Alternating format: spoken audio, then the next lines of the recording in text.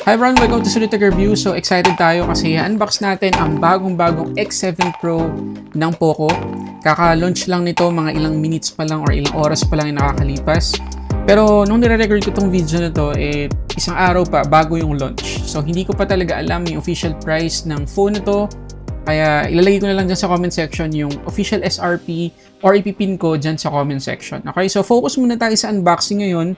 Sasabihin ko rin ilang specs at meron akong gustong i-share sa inyo na nagustuhan ko talaga sa phone na to na hindi ko pa nakita sa ibang mga phone last 2024. At sa tingin ko, kahit hindi ko pa alam yung presyo, kung pagbabasihan lang natin yung track record ng Poco sa pagbibigay nila ng presyo sa kanilang mga phones na merong flagship level na specs, sigurado mura to.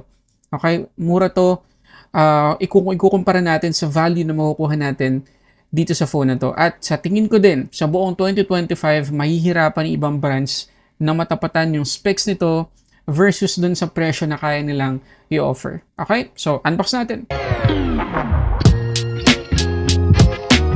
Okay, so ito guys yung box ng Poco X7 Pro. Yung nandito sa atin ay itong yellow na colorway at yung 512GB. Wala naman na tayong ibang makikitang special sa box, so open na natin. Ang una natin makikita ay itong document sleeve na meron pa rin Poco logo or branding dito sa gitna. At kapag inopen natin yung document sleeve, meron pa rin tayong SIM ejector pin, meron tayong documentations, at yung kanyang case. So, check natin yung case. Okay, so ano pa rin guys? Silver pa rin or gray pa rin yung kulay ng kanyang case. Tapos may pagka-rubber, mas makapal. At mas matibay ito compared dun sa mga nakasanayan natin jelly case. So, good job sa Poco. Yun nga lang, baka hindi na natin masyadong ma-appreciate yung kulay ng ating Poco X7 Pro dahil hindi to transparent. So, nasa sa atin na lang yan kung gagamitin natin yan or bibili tayo ng iba. Tapos, dito na yung ating Poco X7 Pro na nakabalot sa plastic na merong nakaprint na top specs. Kasama na yung kanyang chipset, yung kanyang battery, yung kanyang display, yung kanyang main camera na merong OIS at yung kanyang IP68 na ingress protection rating. Okay? So, ito yung yellow guys. Sobrang ganda. Nung una ko talagang nakita tong design na to dito sa X7 Pro, gandang-ganda talaga ako. Napawaw talaga ako guys. Kita nyo naman, dual color siya or dual tone. Tapos magkaiba din yung texture nila. So, itong yellow na part, ano siya, guhit-guhit. Tapos yung black naman, may pagka leather-like yung feels niya. Tapos meron tayong Poco branding dito sa baba. Tapos may gold accent yung bilog ng kanyang camera. Ganda guys, sobrang ganda. Highly recommended tong colorway na to. Pero sa tingin ko, madaming mag-aagawan kaya madaling masasold out yung colorway na to. Tapos makikita nyo yung power lock button, yellow din yung accent. Andito rin yung ating volume up and down buttons. Tapos sa kabila, wala tayong makikita, malinis na malinis. Dito sa taas, yung kanyang IR blaster, secondary microphone, at yung secondary speaker. Dito naman sa may ilalim, yung ating SIM tray, main mic, USB-C port, at yung ating main speaker. Ito guys, yung kanyang SIM tray. So, dual SIM lang yung meron tayo dito. Hindi tayo makakapaglagay ng micro SD card. So, I suggest malaking storage na yung piliin ninyo dito sa X7 Pro para matagal-tagal nyo magagamit. Okay, so tingnan natin yung ilalim nitong box. So, meron tayo ditong 90 watts na charger. Tingnan natin kung USB-C na. USB-A pa rin. Tapos, ito yung kanyang charging cable na USB-A to USB-C yung kanyang dulo. Okay, so ito guys, yung itsura ng Poco X7 Pro kapag nakalagay yung kanyang case. So, yung sinabi ko kanina, ganun talaga, hindi na natin ma-appreciate yung ganda ng color yellow, yung kanyang pagka-dual tone, yung texture, talagang wala na lahat kapag ito yung ginamit natin. Tapos medyo awkward yung accent ng kanyang camera, yung ring, gold, tapos yellow naman yung lumilitaw dito sa may LED flash. So medyo awkward na. So again, hindi ko marirecommend na ito yung gamitin niyo kasi alam niyo yun, medyo nakakasira sa itsura ng phone. Mas maganda, bili kayo ng transparent. At sana sa mga susunod na phones ng Poco, kapag ganito kaganda yung design, mas maganda, ang ilalagay nilang case ay different compared dun sa ibang mga colorway para mas ma-appreciate natin, di ba? Mas maganda sana transparent na lang, na hard case. And para makita pa rin. Anyway, opinion ko lang naman yan. So, natapos na natin guys yung likod, yung mga gilid. Punta tayo sa display. Okay, so makikita nyo guys yung bezels nitong Poco X7 Pro ay symmetrical sa bawat side. Pantay na pantay sa dalawang gilid, pati yung taas tsaka baba, pantay na pantay. Naka-punch hole selfie camera pa rin tayo, syempre.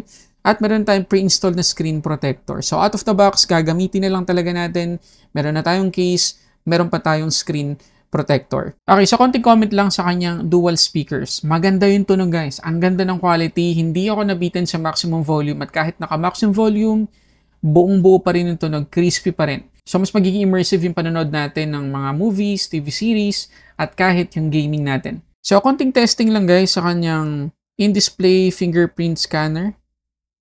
Okay, so from day one, hindi naman ako binigoan ng phone na to sa kanyang in-display fingerprint scanner. Talagang ano naman, napaka-reliable naman. Ngayon pagdating guys sa display, meron tayo ditong 6.67-inch AMOLED 120Hz QHD yung kanyang resolution or 1220 by 2712 to be exact.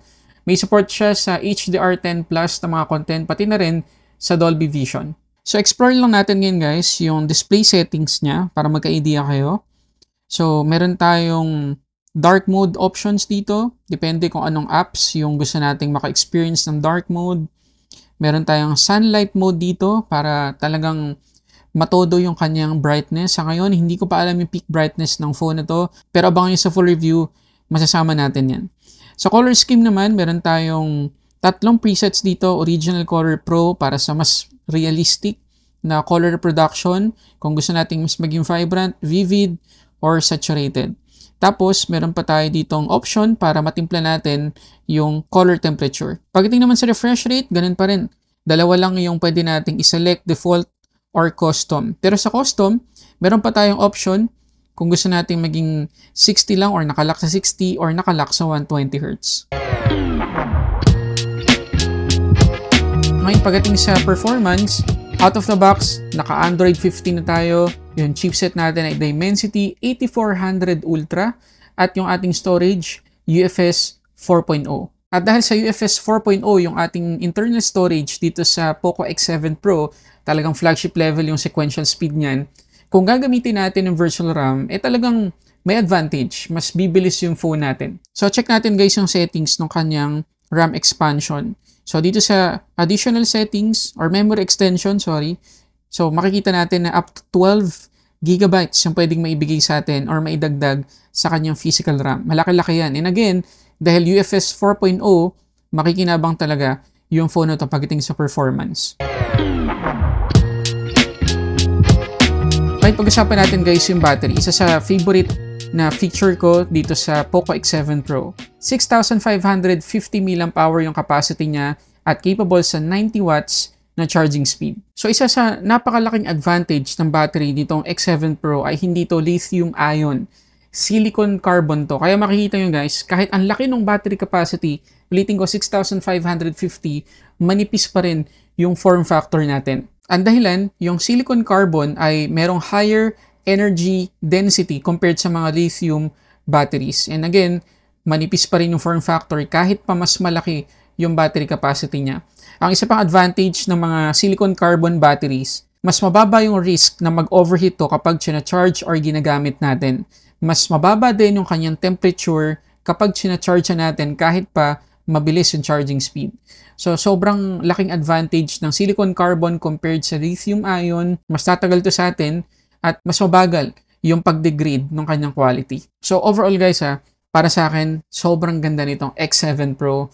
And kahit hindi ko pa alam, habang nire-record ko tong video na to, yung official price ng phone na to, sigurado ko, mababa lang yan kung kukumpara natin yung presyo. At challenge to sa ibang brands ngayong taon. Kung meron pa kayong tanong guys, comment nyo nandyan sa baba, isasama natin sa full review nitong X7 Pro after siguro 1 week or 2 weeks. Pero sa totoo lang, nasa 2 weeks na rin mula nang dumating sa akin tong phone na to. So again, ilagay nyo lang dyan sa comment section yung ilang mga aspect ng phone na to na gusto ninyong isama ko sa full review. So yun muna guys, maraming salamat sa panonood. Para sa samot sa ating unboxing and reviews, this is Sulit Tech Reviews.